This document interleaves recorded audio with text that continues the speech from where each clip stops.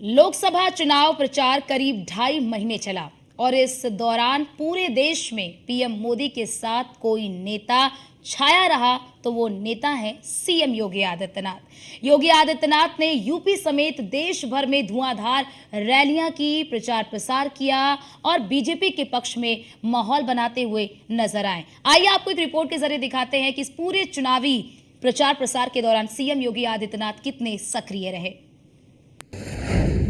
CM योगी का नहीं है कोई मुकाबला। सीएम योगी उपयोगी ही नहीं महायोगी हैं। चुनाव प्रचार में लगाया डबल शतक। सीएम योगी ने की ताबड़तोड़ रैलियां। 2024 के चुनावी पिच पर पीएम मोदी बीजेपी टीम के कप्तान थे, तो वहीं टीम में योगी आदित्यनाथ ने धोनी की भूमिका निभाई। जिस तरह महेंद्र सिंह धोनी ने भारतीय टीम के लिए संकट मोचक की भूमिका निभाई थी, ठीक इस चुनाव में योगी आदित्यनाथ ने ताबड़तोड़ बैटिंग करके अपनी उपयोगिता साबित कर दी। पीएम मोदी अक्सर कहते हैं कि योगी मतलब उपयोगी। इस चुनाव में योगी आदित्यनाथ बीजेपी के लिए उपयोगी ही नहीं महायोगी साबित हुए हैं। उनकी उपयोगिता का अंदाजा इसी बात से लगाया जा सकता है कि उत्तर से लेकर दक्षिण, पूरब से लेकर पश्चिम तक चारों तरफ उनकी डिमांड थी। योगी आदित्यनाथ ने अकेले जितनी रैलियां की हैं, उतनी सभी विपक्षी नेताओं ने नहीं की। उनकी रैलियों का अंदाजा इसी बात से लगाया जा सकता है कि रैलियों की दौड़ में वे सभी विपक्षी नेताओं से कहीं आगे हैं। पीएम मोदी को छोड़ दिया जाए तो जनसभा करने के मामले में कोई नेता, चाहे वह सत्ता पक्ष का हो या विपक्ष का, उनके आसपास तक नहीं है। यूपी हो या फिर यूपी से बाहर, हर जगह उनकी डिमांड रही है। सीएम योगी ने 65 दिनों में किए 204 चुनावी कार्यक्रम। 27 मार्च से 30 मई तक की ताबड़तोड़ रैलियां। यूपी में सीएम योगी ने 125 जनसभाओं को संबोधित किया। यूपी में सीएम योगी ने पीएम मोदी के साथ 17 जनसभाओं को संबोधित किया। सीएम योगी ने पीएम मोदी के साथ 5 रोड शो किए। बिहार और महाराष्ट्र में 9 जनसभाएं हुई। उत्तराखंड में 4 जनसभा, राजस्थान में 4 जनसभा और 2 रोड शो। छत्तीसगढ़, बंगाल में 3 जनसभा। उड़ीसा, हरियाणा, हिमाचल प्रदेश, पंजाब में 2 जनसभा। मध्य प्रदेश, दिल्ली, जम्मू कश्मीर, चंडीगढ़ में 1 जनसभा को संबोधित किया। चुनावी जनसभाओं में सीएम योगी ने अपनी छवि के मुताबिक तीखा और आक्रामक रूप बनाए रखा और विपक्ष को हमेशा बैकफुट पर रखा। वे विपक्ष के आरोपों का जवाब देने में जरा भी देर नहीं लगाते। आज यहाँ के युवाओं के साथ उनकी स्थिति को देख करके मुझे कभी कभी तरस आती है और साथ साथ मेरा हृदय दिल से रोता है। इस बात के लिए रोता है, ये युवा जिसने देश की सुरक्षा के लिए अपनी जीवन लगाना चाहिए था, आज ड्रग माफिया की चपेट में। और मैं तो कहने के लिए आया हूं, इसीलिए रवनीत सिंह बिट्टू को चुनाव जिता करके भेजे, मैं इनके साथ यूपी के बुलडोजर भी इनके साथ भेज दूंगा।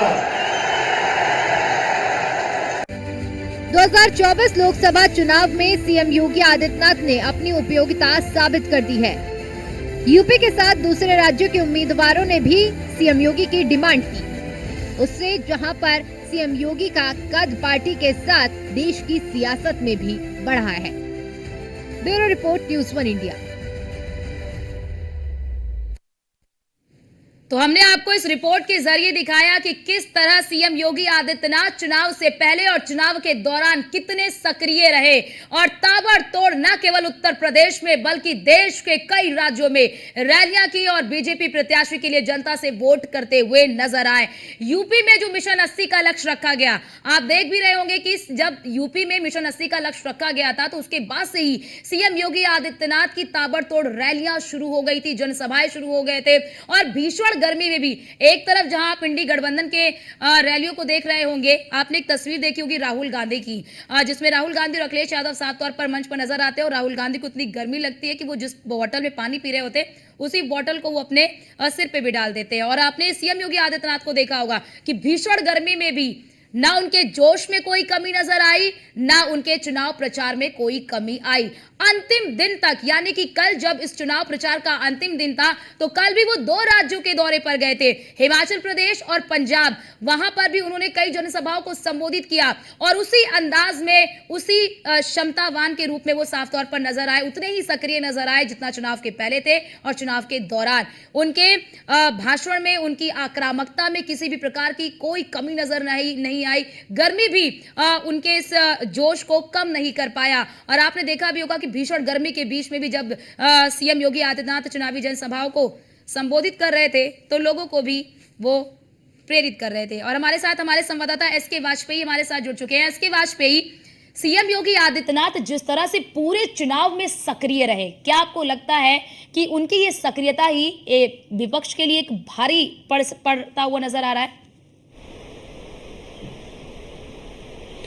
बिल्कुल निश्चित तौर पर मुख्यमंत्री योगी आदित्यनाथ भारतीय जनता पार्टी के फायर ब्रांड नेता के रूप में जाने जाते हैं। कट्टर हिंदूवादी छवि है। उत्तर प्रदेश जो देश का सबसे बड़ा सूबा है, उसके मुख्यमंत्री के साथ ही गोरखनाथ पीठ के पीठाधीश्वर हैं। लगातार उन्होंने, चाहे वो राम मंदिर का मुद्दा रहा हो, उत्तर प्रदेश में अपराधियों पर एक्शन की बात रही हो, या लगातार उत्तर प्रदेश में निवेश की बात रही हो, उत्तर प्रदेश के इंफ्रास्ट्रक्चर को लेकर काम की बात रही हो, उत्तर प्रदेश में मेडिकल कॉलेजेस बनाने की बात रही हो, या फिर उत्तर प्रदेश को सबसे ज्यादा एयर कनेक्टिविटी के रूप में एक दूसरे राज्यों से जोड़ने की बात रही हो, उत्तर प्रदेश सरकार ने बड़े पैमाने पर काम किया। यही एक वजह है कि मुख्यमंत्री योगी आदित्यनाथ की फैन फॉलोइंग न केवल उत्तर प्रदेश बल्कि देश भर में है। मुख्यमंत्री योगी आदित्यनाथ उत्तर प्रदेश के एक अकेले ऐसे मुख्यमंत्री हैं जिनको भारतीय जनता पार्टी ने पूरे देश भर के अलग अलग राज्यों में प्रचार के लिए उतारा। हालांकि मुख्यमंत्री योगी आदित्यनाथ ने देश के 14 अलग अलग राज्यों में प्रचार किया, जिसमें 12 प्रदेश थे और उसके अलावा 2 केंद्र शासित राज्य थे। तो ऐसी स्थिति में मुख्यमंत्री योगी आदित्यनाथ ने भारतीय जनता पार्टी के लिए अलग अलग राज्यों में जाकर माहौल बनाया, किस तरीके से उत्तर प्रदेश सरकार काम कर रही, कैसे अपराधियों पर एक्शन हो रहा है, कैसे केंद्र सरकार ने पूरे देश भर के लिए अलग अलग योजनाएं लाई और उन योजनाओं का लाभ कैसे लोगों तक पहुंचाया गया। विपक्षी जो लगातार सवाल उठा रहे थे, उनके जवाब मुख्यमंत्री योगी आदित्यनाथ देते हुए नजर आए। हालांकि अगर मुख्यमंत्री के पिछले 65 दिनों के प्रचार अभियान को देखें तो मुख्यमंत्री योगी आदित्यनाथ ने 204 चुनावी कार्यक्रम इस दौरान किए हैं, जिसमें 169 जनसभाएं शामिल है, 13 रोड शो है, 15 प्रबुद्ध वर्ग सम्मेलन है, जिसके जरिए मुख्यमंत्री योगी आदित्यनाथ ने अपनी बात वोटर्स तक पहुंचाई। और विपक्ष के लिए कहीं न कहीं बड़ी परेशानी जरूर मुख्यमंत्री योगी आदित्यनाथ ने खड़ी की। हालांकि अगर हम देखें तो प्रधानमंत्री मोदी के बाद मुख्यमंत्री योगी आदित्यनाथ ने देश में सर्वाधिक रैलियां की हैं, जहां एक तरफ उनके सामने उत्तर प्रदेश था, जहां उत्तर प्रदेश में वो मुख्यमंत्री के तौर पर काम कर रहे हैं और कहीं न कहीं कोशिश भी यही है कि उत्तर प्रदेश की 80 की 80 लोकसभा सीटों पर बेहतर परफॉर्मेंस भारतीय जनता पार्टी की हो। इसकी जिम्मेदारी भी मुख्यमंत्री योगी आदित्यनाथ के कंधों पर है। ऐसे में मुख्यमंत्री योगी आदित्यनाथ ने उत्तर प्रदेश के साथ ही लगातार दूसरे राज्यों, जिसमें पश्चिम बंगाल, राजस्थान, महाराष्ट्र जैसे राज्य शामिल हैं, जहां भारतीय जनता पार्टी कहीं न कहीं अपने विरोधियों से काफी कड़ी टक्कर ले रही है। तो ऐसे में उन राज्यों में भी मुख्यमंत्री योगी आदित्यनाथ ने लगातार रैलियां की, रोड शो किए, प्रबुद्ध वर्ग सम्मेलन किए, कार्यकर्ताओं के साथ बैठक की और अपनी बातें लोगों तक पहुंचाई। खासतौर पर जिन सवालों को विपक्ष लगातार उठा रहा था, उन सवालों के जवाब भी मुख्यमंत्री देते नजर आए, विपक्ष को घेरते हुए नजर आए। कहीं न कहीं मुख्यमंत्री योगी आदित्यनाथ ने भारतीय जनता पार्टी के लिए लगातार न केवल उत्तर प्रदेश बल्कि देश के 14 राज्यों में माहौल बनाया, जिसमें वो राज्य भी शामिल हैं जहां पर भारतीय जनता पार्टी की सरकारें नहीं है, चाहे वो कर्नाटक रहा हो या उसके अलावा हिमाचल जैसे राज्य रहे हो। मुख्यमंत्री योगी आदित्यनाथ लगातार प्रचार करते नजर आए। हालांकि मुख्यमंत्री योगी आदित्यनाथ की रैलियों की मांग भारतीय जनता पार्टी के अलग अलग प्रदेश लगातार करते रहे हैं, क्योंकि मुख्यमंत्री योगी आदित्यनाथ की रैलियों में आने वाली भीड़ भारतीय जनता पार्टी को कहीं न कहीं बेहतर परफॉर्म करा सकती है। वजह है कि सीएम योगी आदित्यनाथ बिना रुके, बिना थके लगातार प्रचार करते हुए नजर आए। और जैसा कि आप भी जिक्र कर रहे हैं कि देश के कई राज्यों में उन्होंने चुनाव प्रचार किया जहां पर बीजेपी की सरकार नहीं है, उन राज्यों में भी वो धुआंधार प्रचार करते हुए नजर आए। हमारे साथ आलोक द्विवेदी भी जुड़ चुके हैं, पॉलिटिकल एक्सपर्ट के तौर पर हमारे साथ जुड़े हुए हैं।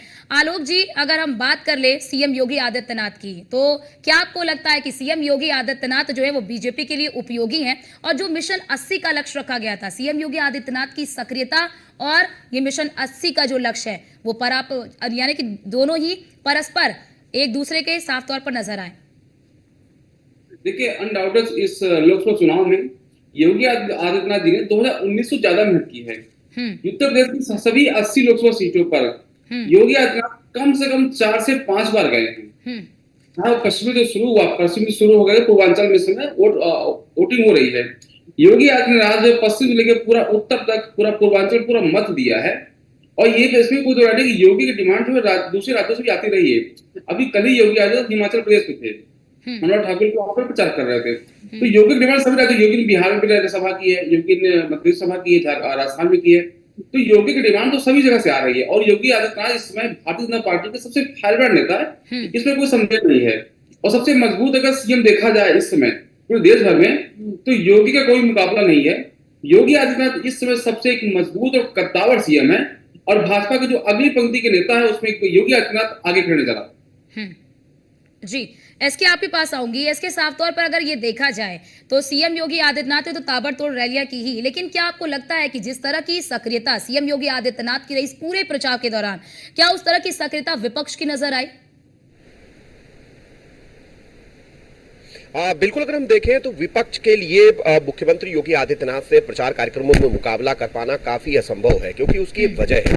भारतीय जनता पार्टी राष्ट्रीय स्तर पर चुनाव लड़ती है और लगातार राष्ट्रीय स्तर पर उनके मुद्दे होते हैं और राष्ट्रीय स्तर पर प्रचार अभियान को लेकर अपनी रणनीति भी बनाती है। यही एक वजह है कि चाहे हम उत्तर प्रदेश के सबसे बड़े विपक्षी दल समाजवादी पार्टी के राष्ट्रीय अध्यक्ष की बात करें, जो कि अखिलेश यादव हैं, उन्होंने भी हालांकि कई रैलियां की हैं, लेकिन कुल 54 रैलियां उन्होंने उत्तर प्रदेश भर में की हैं। निश्चित तौर पर क्योंकि उनका जो दायरा था वो उत्तर प्रदेश था, और मुख्यमंत्री योगी आदित्यनाथ न केवल उत्तर प्रदेश बल्कि उत्तर प्रदेश के बाहर भी लगातार अलग अलग राज्यों में प्रचार कर रहे थे। हालांकि राहुल गांधी और प्रियंका गांधी जैसे हम चेहरों की बात करें जो लगातार कांग्रेस के लिए अलग अलग प्रदेशों में प्रचार कर रहे थे, कहीं न कहीं उनसे ज्यादा कार्यक्रम मुख्यमंत्री योगी आदित्यनाथ ने किए हैं। और लगातार ये कार्यक्रम कहीं न कहीं एक एक दिन में मुख्यमंत्री ने 2-2, 3-3 प्रदेशों को कवर करने की कोशिश की है। 2-2, 3-3 प्रदेशों में 2-2, 3-3 रैलियां मुख्यमंत्री योगी आदित्यनाथ ने लगातार की हैं। हालांकि अभी अगर हम अंतिम चरण की बात करें तो मुख्यमंत्री योगी आदित्यनाथ अंतिम चरण में भी पंजाब और हिमाचल प्रदेश के दौरे पर गए थे। जब प्रचार थमने जा रहा था उस दौरान भी मुख्यमंत्री योगी आदित्यनाथ की तरफ से दोनों राज्यों में करीब करीब 2-2 रैलियां की गई और निश्चित तौर पर इन रैलियों के जरिए माहौल बनाने की कोशिश की गई। सीधे तौर पर अगर हम देखें तो मुख्यमंत्री योगी आदित्यनाथ भारतीय जनता पार्टी के स्टार प्रचारक के तौर पर लगातार प्रचार कर रहे थे। जहां एक तरफ प्रधानमंत्री मोदी लगातार अलग अलग प्रदेशों में रैलियां कर रहे थे, तो वहीं उत्तर प्रदेश के मुख्यमंत्री के तौर पर मुख्यमंत्री योगी आदित्यनाथ भी लगातार भारतीय जनता पार्टी के लिए माहौल बना रहे थे। खास तौर पर मुख्यमंत्री योगी आदित्यनाथ ने लगातार कहीं न कहीं उन मुद्दों को उठाने की कोशिश की जिन मुद्दों को लेकर विपक्ष लगातार भारतीय जनता पार्टी को घेर रहा था।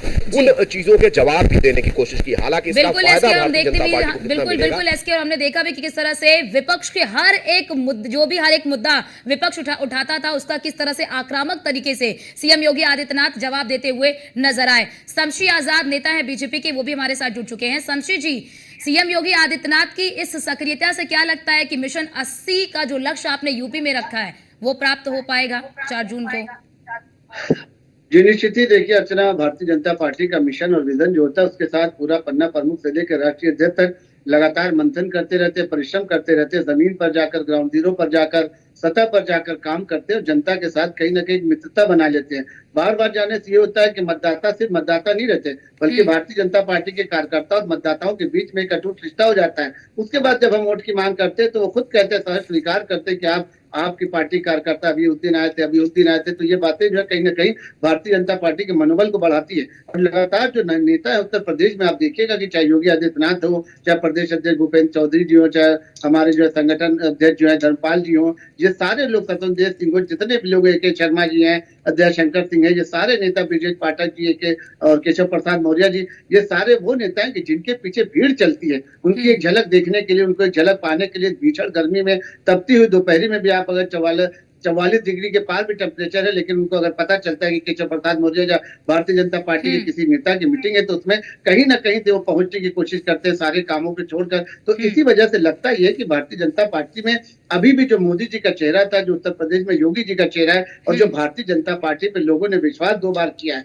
तो वही चाहते हैं कि तीसरी बार भी उनके विश्वास को मजबूती दी जाए। क्योंकि जनता ये नहीं चाहती ना कि जनता के ऊपर कल आरोप लगाए कांग्रेस पार्टी की, आपने तो 10 साल उनके ऊपर भरोसा किया था, अब हमको आप कैसे वोट दे रहे हैं। तो ये चीज चाहती है कि कंटिन्यूटी में बनी रहे, और जनता फिर चाहती है कि मोदी जी के रूप में जो यशस्वी प्रधानमंत्री है, जो देश को मजबूत कर रहे हैं, जो अल्पसंख्यक समाज को, दलित समाज को, ओबीसी समाज को लगातार सम्मान दे रहे हैं, महिलाओं की बात की जाए, ट्रिपल तलाक की बात की जाए, 370 की बात की जाए, राम मंदिर की बात की जाए, अनेकों ऐसे मुद्दे हैं और जो लक्ष्य रखा है विकसित भारत का मोदी जी ने, तो उसको कहीं ना कहीं भारत की जनता देखना चाहती है। करीब 40 करोड़ की आबादी जो है वो आज मोदी जी के ऊपर विश्वास कर रही है। और उन्होंने सही कहा कि ये दो शहजादे जो रोड पर इस तरीके से टहल रहे हैं, तो इससे जनता जो है उनको देखने के लिए भले जा सकती है, क्योंकि होता ही है ना, कौतूहल होता है कि भाई चले देख ले कौन है। लेकिन एक गलती जो उत्तर प्रदेश में किया था लोगों ने 2012 में स्वर्गीय जी। मुलायम सिंह यादव जी के कहने पर अखिलेश यादव को मुख्यमंत्री के रूप में चुना था, तो उस गलती का खामियाजा आज भी उत्तर प्रदेश की जनता अब जो है भुगत रही। इसलिए चाहती नहीं कि दोबारा कोई ऐसी गलती हो कि जी। राहुल देश के प्रधानमंत्री बने या अखिलेश यादव मुख्यमंत्री बने। जी, आऊंगी आपके पास। हमारे साथ पॉलिटिकल एक्सपर्ट के तौर पर आलोक द्विवेदी जी भी जुड़े हुए। आलोक द्विवेदी जी, इंडी गठबंधन की भी सक्रियता हमने देखी नहीं क्या, लेकिन क्या आपको लगता है कि सीएम योगी आदित्यनाथ की सक्रियता ने ही विपक्षी गठबंधन के सामने सबसे बड़ी चुनौती खड़ी कर दी? वो अपने मुद्दे तो उठा ही रहते, लेकिन सीएम योगी आदित्यनाथ जिस तरह से धुआंधार प्रचार कर रहे थे, आए दिन हम देखते थे कि 9 से 10 जिलों में प्रचार करते हुए साफ तौर पर नजर आते थे। देश बात कर ले तो देश के अन्य राज्यों में भी प्रचार करते हुए नजर आए। तो क्या विपक्षी पार्टियों के लिए, इंडी गठबंधन के लिए सीएम योगी आदित्यनाथ की ये सक्रियता भी इस चुनाव में एक बड़ी चुनौती बनी रही? देखिए, चुनाव जो है सिर्फ मोदी का चुनाव नहीं बल्कि योगी का चुनाव है। अगर उत्तर प्रदेश में भाजपा की 50 से कम सीटें आई तो योगी आदित्यनाथ उत्तर प्रदेश के सीएम नहीं रहेंगे, ये भी तय है। योगी आदित्यनाथ मेहनत इसलिए करनी पड़ी क्योंकि उनको अपनी कुर्सी बचानी है। आपको याद होगा 2022 का विधानसभा चुनाव, उससे पहले 21 योगी आदित्यनाथ जन्मदिन था, भाजपा के 3 बड़े नेताओं ने, मोदी, अमित शाह, नड्डा, इन तीनों ने योगी आदित्यनाथ को बर्थडे बधाई नहीं दी थी। जहां पर नेता अपने सभी सांसदों को भी बकायदा चिट्ठी लेकर के बधाई देते थे, पर योगी जी को बधाई नहीं दी गई थी। तो कहीं ना कहीं ये दिखा रहा कि उस समय इनका जो तारतम्य था, चेंज तो सब ठीक ठाक नहीं था। इस समय भी जब केजरीवाल ने एक बयान दिया योगी सीएम पद हटा दिए जाएंगे, उसके बाद तो सफाई जो सिर्फ इसमें योगी आदित्यनाथ ने दी है, बाकी और किसी भी बड़े नेता ने सफाई नहीं दी है। तो अगर इस चुनाव में भाजपा का परफॉर्मेंस अच्छा नहीं रहा तो कहीं ना कहीं योगी के लिए खतरे घंटी है। योगी आदित्यनाथ इस बात को महसूस भी कर रहे हैं, इसलिए योगी आदित्यनाथ इस चुनाव में ताबड़तोड़ मेहनत भी कर रहे हैं। ठीक है, एसके वाजपेयी जी, आपने सुना आलोक जी को, वो कह रहे हैं कि ये उनकी भी साख का सवाल है। और जिस तरह से आलोक जी ने क्या आप उससे इत्तेफाक रखते हैं, एसके वाजपेयी?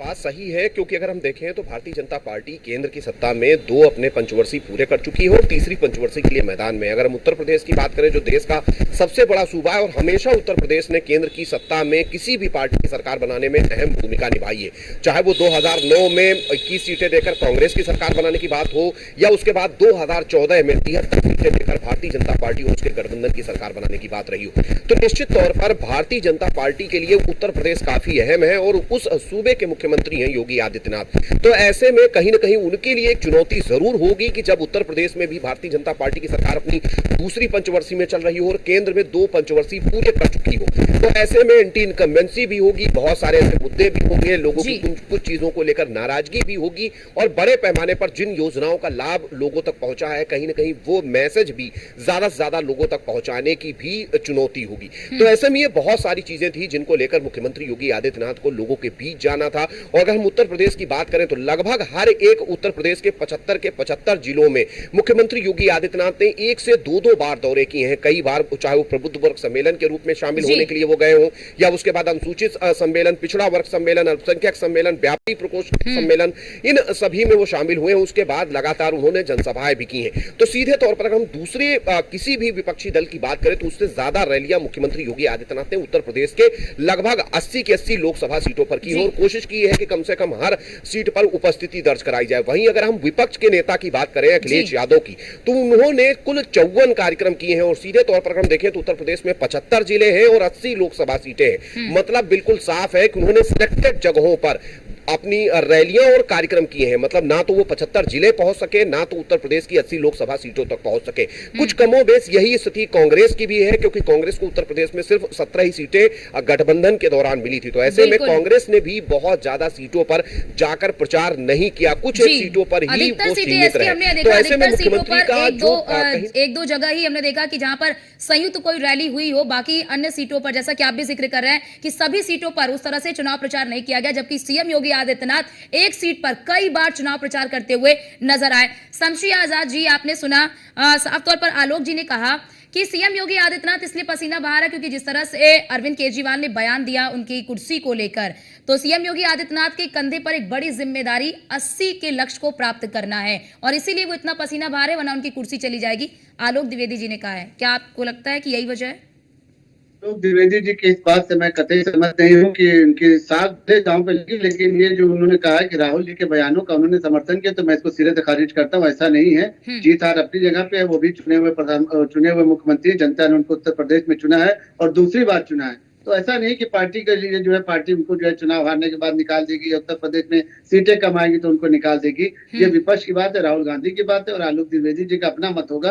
भारतीय जनता पार्टी को ऐसी कहीं पर भी नहीं है। जो मुख्यमंत्री होता है, क्योंकि शमसी आजाद जी इस बात को विपक्ष ने भी मुद्दा बनाया, अरविंद केजरीवाल ने भी एक साफ तौर पर कहा कि जब उन्होंने ये बयान दिया था सीएम योगी आदित्यनाथ की कुर्सी को लेकर, तो बीजेपी के कोई भी बड़े नेता ने उनके बयान को खारिज नहीं किया। सीएम योगी आदित्यनाथ कह लीजिए कि अरविंद केजरीवाल के बयान को खारिज नहीं किया। सीएम योगी आदित्यनाथ ने खुद सामने वो आए और उन्होंने कहा कि हम देश के लिए सत्ता क्या सारी कुर्सी छोड़ने को तैयार है। लेकिन उन्होंने ये नहीं ना कहा कि हमको हटा दिया गया। ये कहीं पे किसी नेता ने माना? किसी नेता का बयान आया, कोई प्रधानमंत्री का बयान आया हो, अमित शाह जी का ऐसा बयान आया हो, जेपी नड्डा जी का ऐसा बयान आया हो? ये कतई नहीं। ये जो है जो खुरापात है, जो केजरीवाल जेल में बंद थे तो उनका जब मानसिक संतुलन खराब हो गया तो बाहर निकले, तो इस तरीके का बयान देकर भारतीय जनता पार्टी के कार्यकर्ताओं में हताशा डालना चाहते थे। लेकिन भारतीय जनता पार्टी के कार्यकर्ता जो बहुत मजबूत है इस तरीके के बयानों को, वो तो कह रहे हैं कि 80 सीटें जो है उत्तर प्रदेश में जीत रहे हैं। केजरीवाल कह रहे हैं कि हम प्रधानमंत्री बनेंगे, तो क्या उनकी सारी बातें मान ली जाए?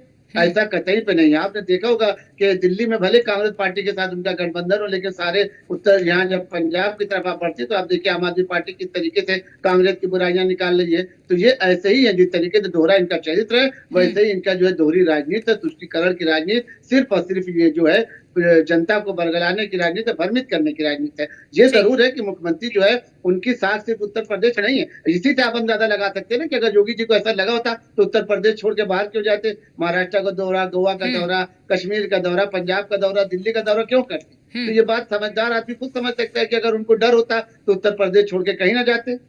सीधी सी बात है, वो कहते थे भाई कि हम उत्तर प्रदेश की जिम्मेदारी हमारे पर, मैं मुख्यमंत्री हूँ और हमको डर है कि अगर सीट कम होगी तो हमको जो हटा दिया जाएगा, तो मैं उत्तर प्रदेश छोड़कर नहीं जाऊंगा। तो ये सीधी चीजें जो है बिल्कुल सीधे से खारिज करने वाली बात है। और हमारे ख्याल से आलोक द्विवेदी जी बड़े पत्रकार, मैं इनका सम्मान करता हूँ, लेकिन इस तरीके की बातों का समर्थन उनको भी नहीं करना चाहिए। ठीक है आलोक द्विवेदी जी, कई जगहों पर हमने देखा कि स्थानीय जो मौजूदा सांसद हैं, उन सांसदों को लेकर भी काफी नाराजगी देखने को मिली। क्या आपको लगता है कि सीएम योगी आदित्यनाथ ने अपनी इस सक्रियता से उस नाराजगी को भी दूर किया है जो जनता के बीच में रही सांसद को लेकर, जो मौजूदा सांसद है जिन्हें रिपीट किया गया है?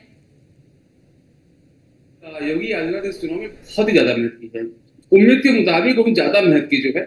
मैं चूंकि पूरे चुनाव को देख रहा था, कवर कर रहा था, तो योगी जी ने बहुत मेहनत की है। स्थानीय स्तर पर सांसदों के खिलाफ नाराजगी खबरें भी आई है, क्योंकि चुनाव 10 साल बाद मोदी की तीसरा टर्म है और 10 साल जो है सांसद के रूप में किसी दे चुके हैं, तो इस बार सांसदों का परफॉर्मेंस भी पब्लिक आंक रही है। इस बार सिर्फ मोदी के नाम पे वोट नहीं मिल रहा है, कुछ हद तक कहीं भी सांसदों में नाराजगी थी तो उसका कुछ न कुछ खामियाजा भी भुगतने को मिल रहा है। लेकिन मुझे ऐसा लग रहा है कि भाजपा जो है अपना जो परफॉर्मेंस है 2019 का, उससे अच्छा परफॉर्मेंस उत्तर प्रदेश में करेगी, तो अभी हाल फिलहाल में दिख रहा है जी। रही बात जो शमसी ने कहा है कि किसी जो भाजपा के बड़े नेता है अमित शाह, मोदी, नड्डा जी, किसी ने हटाने की बात नहीं की, तो मैं बताना चाहता हूँ ये जो भाजपा के देव है ये कभी किसी हटाने की बात नहीं करते। इन्होंने कभी नहीं कहा शिवराज सिंह चौहान हटाएंगे, इन्होंने कभी नहीं कहा वसुंधरा राजे हटाएंगे, इन्होंने कभी नहीं कहा रमन सिंह को हटाएंगे, ये सीधा रिप्लेस कर देते हैं। अनडाउटेड योगी जी इस चुनाव के बड़े स्टार प्रचारक है और बहुत मेहनत कर रहे उत्तर प्रदेश के लिए, इसमें कोई संदेह नहीं मुझे। ठीक, एसके आपसे भी मेरा सवाल यही है कि कई जगहों पर, कई जिलों में हमने देखा कि जिन मौजूदा सांसदों को रिपीट किया गया उनको लेकर नाराजगी भी साफ तौर पर नजर आई जनता के बीच में। क्या आपको लगता है, क्योंकि आपने ग्राउंड जीरो पर वहां पर साफ तौर पर तस्वीरें भी देखी, कि क्या सीएम योगी आदित्यनाथ ने अपनी सक्रियता से उस नाराजगी को दूर किया?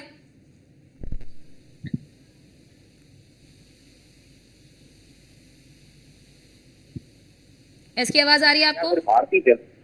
बिल्कुल, मैं कह रहा हूँ कि कई ऐसी सीटें थी जहां पर लोगों में प्रधानमंत्री को लेकर नाराजगी नहीं की, ना ही प्रधानमंत्री के अलावा भारतीय जनता पार्टी की ये नाराजगी थी, लेकिन सीधे तौर पर बड़े पैमाने पर वहां के जो सांसद प्रत्याशी थे उनके लिए जरूर नाराजगी देखने को मिली।